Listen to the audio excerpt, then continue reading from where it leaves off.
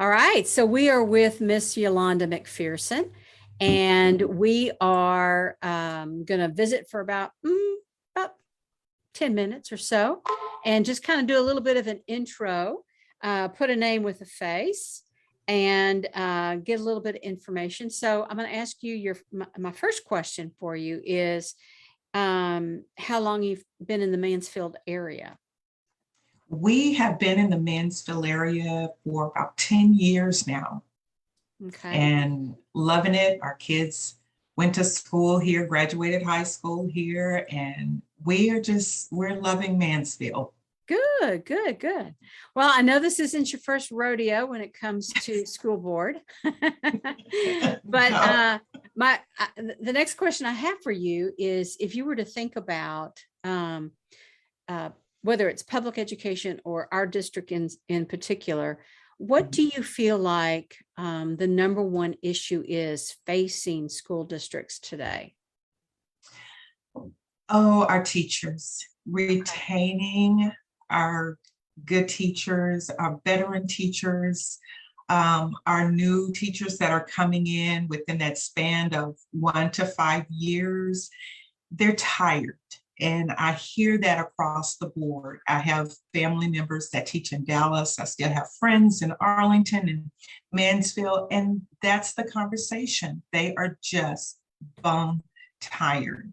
And they're loving what they do, but they're tired.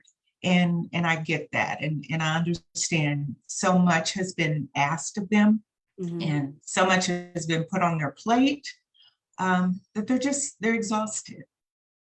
Do you think there's a fix for that? Do you think it's long term? Do you think it's a change? What do you think's going on?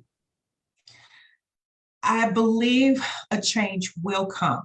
We're on the other side of the pandemic and COVID, and things are looking up. And I believe if we just endure this just for a season, I believe things will begin to pick up and things will begin to look a little bit brighter on the other side. But this is something right now that we're unfortunately we're having to go through. But I do believe there's a brighter side. I do. Do you think there's something specific that can be done now then?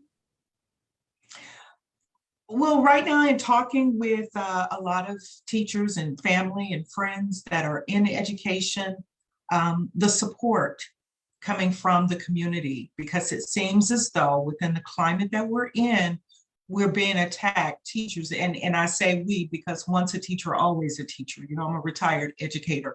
And it just seems as though we're being attacked on every side. And it's almost as though it's a no-win situation. When I understand that teachers are doing their very best, administrators, our paraprofessionals, and everybody that's in that community that service our children, from our bus drivers to custodians, everybody is feeling this. So I think right now the support would be from the outside community, our families, our leaders within the community, and going to the teachers and asking them.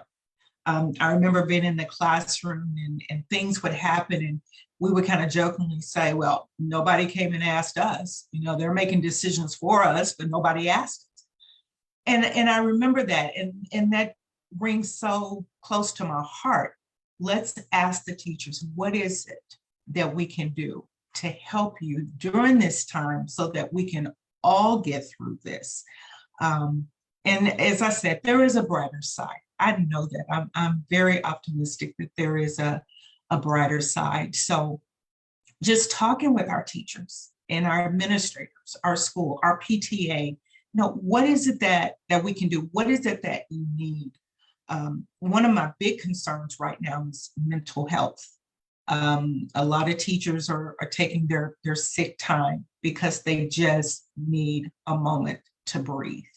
Because oftentimes we forget teachers have their families, they have their kids who are in school, they got to do homework and dinner, and there's so much that they have to deal with. And they have to leave that baggage at the door when they go into that classroom, because they have to concentrate on those babies.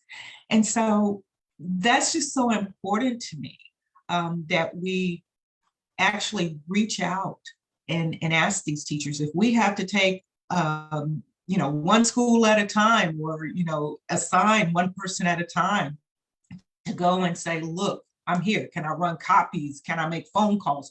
What is it? Something as simple as that. Can I sit in your classroom for 30 minutes, 45 minutes while you take a breather? What is it that I can do? And those things matter so very much. Do you think that some of this is just where we are in our society today? It is. It is. A lot of it is just the climate. I mean, teachers we're kind of hard pressed on what we can teach, what we can say. Things have just changed so much since when I was teaching. I could have open conversations with my kids and I wouldn't get any pushback from it.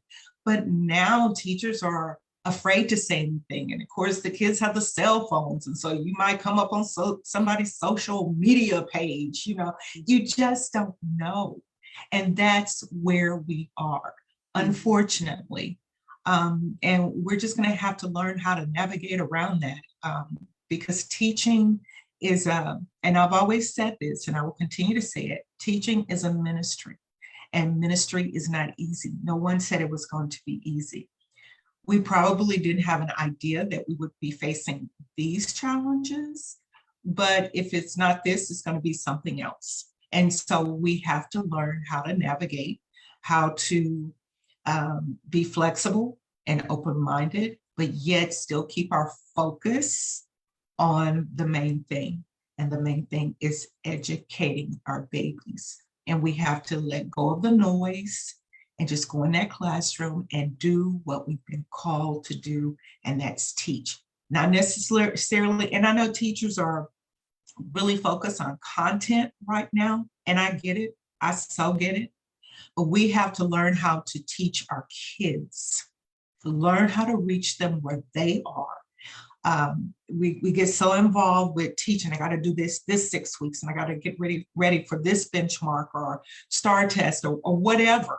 And we get so caught up that we forget about that child that's sitting right there and making that information relevant to that child.